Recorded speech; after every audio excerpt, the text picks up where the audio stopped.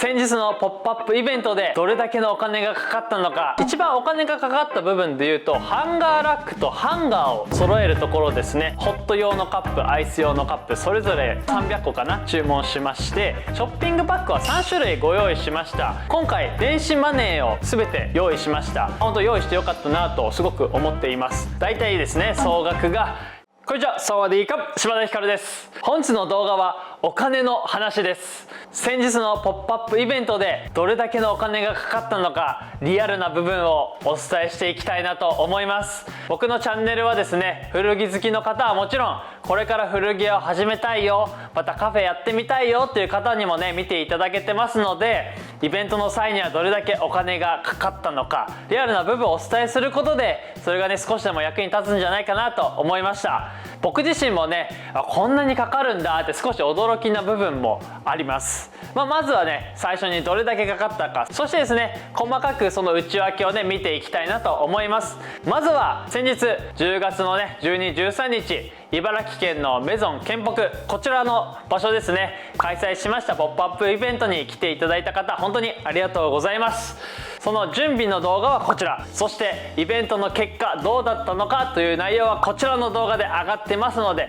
ぜひ見てみてください。すごく貴重な体験をさせていただきました。そしてそこからね、たくさんの学びがありましたので、今後やるイベントにね、その経験を生かして頑張っていきたいなと思います。来ていただいたお客様にはすごく楽しんでいただけたようで、僕としてもとても嬉しく思っております。普段ね、僕のチャンネルではタイ仕入れの様子を上げていますが、そこで仕入れたものを実際ね、目の前でお客様にお届けできる、これ以上の喜びはないなとイベントを通じて感じましたので、やっぱりこれは今後も定期的にやっていきたいなと僕自身思いました。前回ね、タイミングが合わなかったよという方も次のイベントをぜひお越しください。というわけで、かかった金額に関してですが、そのイベントがですね、1回目ということもあって、だからこそお金が結構かかった部分もあります。そういった部分を考慮してね、最初にね、買えばこの後も使っていけるようなものもたくさんあるので、毎回これだけの金額がかかるよというわけではありません。その辺は頭に入れておいてもらいたいなと思います。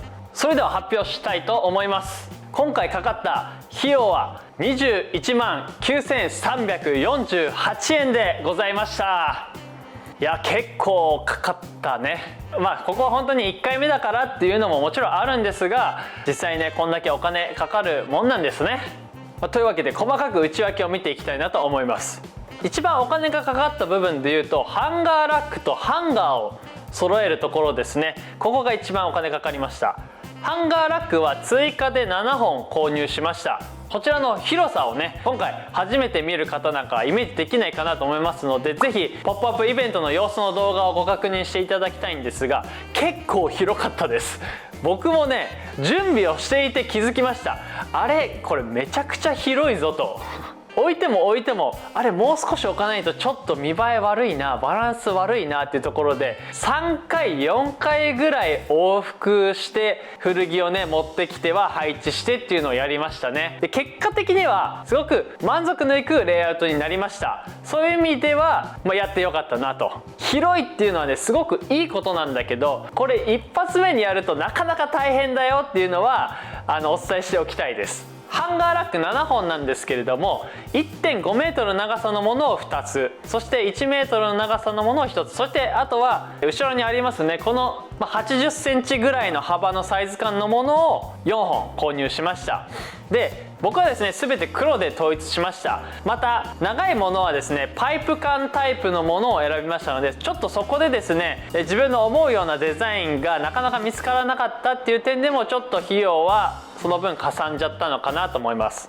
一番高いもので1万5000円ですね。で、1万円、そしてちっちゃめのものが5000円から6000円、それでだいたい約ハンガーラックだけで7万円かかっています。もちろんこれは今後ね、使えるものですので、初期投資としては良かったかなとは思います。続いてハンガーですね。ハンガーはこちらも全て木製のもので統一しました。今ここにありますこのハンガーですね、これで全て統一しまして、全部で240本、1本あたり約166円でした。そして総額が約4万円になります。僕も買う前まではこんなにハンガーって高いんだっていう風にちょっと思いました。まとめ買いで大量買いで1本10円とかで買えるのかなってぶっちゃけ思ってたんですけれど、まさか100円、全然160円って結構安い方で、いいものは本当200円から500円。いやこれ結構数揃えるの大変ですよ。ただですね、ポップアップイベントに来ていただいた方からも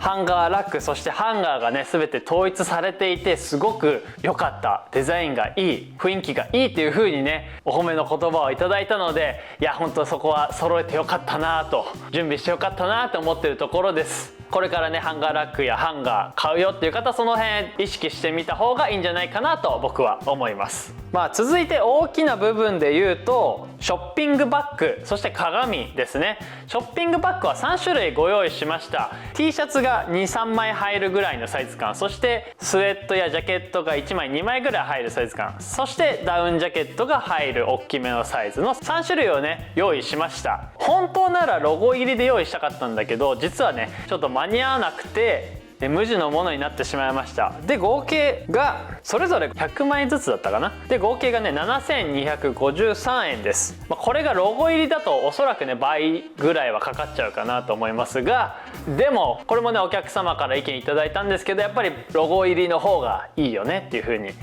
言って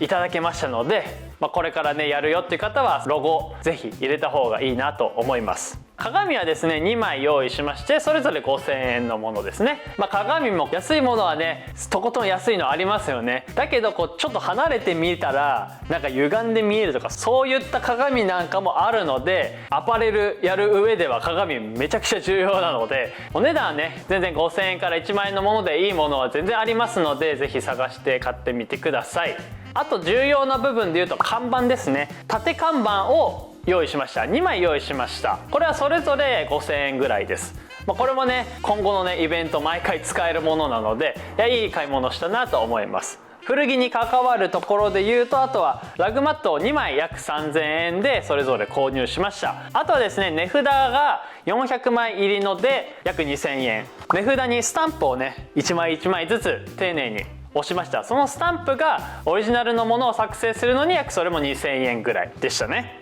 ですので古着に関してで言うとだいたい約15万円ほどかかっています。だけどね全て今後のイベントで使えるので、これは初期投資として OK かなと思います。続いてカフェ関連ですね。カフェ関連は主に3つです。僕は今回新しく焙煎機を買ったのと、あとはカップ、そして細々としたコーヒーグッズを購入しました。焙煎機が約1万5000円、カップがホット用のカップ、アイス用のカップそれぞれ300個かな注文しまして、カップとそして蓋も買わなきゃいけないからね、それぞれで買って約1万4000円ですね。コーヒー関連でいうと約4万円から5万円ぐらいになってます。ただカップに関してですね、ほんと最初は100均とかで買って少ない個数を買った方がいいなと思います。これはねイベントの動画でも出してるんですけど、僕は発注ミスをしてしまいました。この250個の発注ミスをどうしようか、